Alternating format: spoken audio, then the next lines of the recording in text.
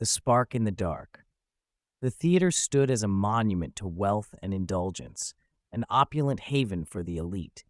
Its gold-leafed columns and velvet drapes symbolized everything the workers detested, luxury built on their broken backs. For years, the management paraded their profits while ignoring the safety of the stagehands who kept the lights shining and the curtains rising. But on this night, the theater's splendor would bear witness to its undoing. Vincenzo stood in the shadows of the backstage, his hands calloused from years of grueling labor. Beside him was Maria, her sharp eyes scanning the bustling stage crew with purpose. It had been her idea to choose this theater, the crown jewel of the city's entertainment district. "If we are to make them listen," Maria had said, "we must strike where it will hurt the most." Their plan was meticulous, each detail rehearsed in whispers among a trusted few. It wasn't about destroying the theater, no. That would make them villains. The sabotage needed to humiliate, to expose the fragility of their oppressor's world, while leaving the workers blameless in the public eye. The act itself was a masterpiece of subtlety. Wires were crossed in ways that wouldn't trip inspections, but would ensure chaos at a critical moment.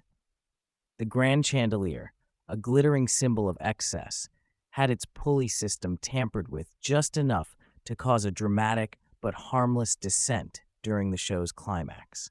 Lighting cues were rewritten to cast unflattering shadows on the lead actors, while a hidden leak in the fog machine would ensure the stage was engulfed in an unrelenting, choking haze. The performance that night was meant to be the social event of the season, a gala attended by the city's most influential figures. As the audience settled into their plush seats, unaware of the storm brewing behind the curtain, Vincenzo and Maria exchanged a silent nod. The revolution was about to begin. The first mishap drew chuckles, actors stumbling in the mist. Then came the eerie flickering of the stage lights, casting the performers in a grotesque tableau. The audience began to murmur, their discomfort growing. When the chandelier descended with a jarring clatter, stopping mere inches above the actors' heads, chaos erupted. Patrons screamed, rushing for the exits. The show was abruptly halted, the once pristine theater now a scene of confusion and disorder. But amidst the mayhem, the stagehands remained calm, their faces impassive as they worked to resolve the issues.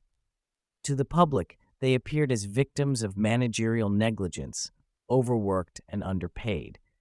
The blame fell squarely on the theater's owners, whose greed and incompetence had been laid bare.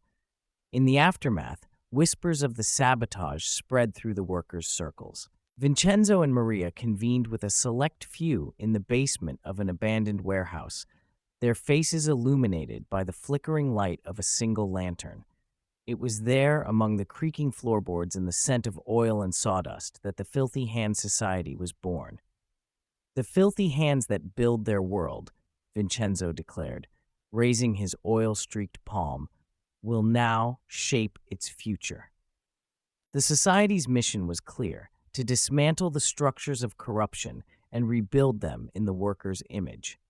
Their methods would be clandestine, their reach vast. They would be the unseen force behind every act of resistance, the shadow that struck fear into the hearts of the oppressors.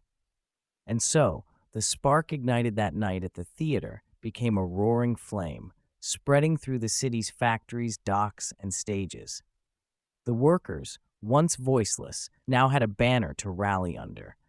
The filthy hands that had toiled in the dark would soon become the hands that held the reins of revolution.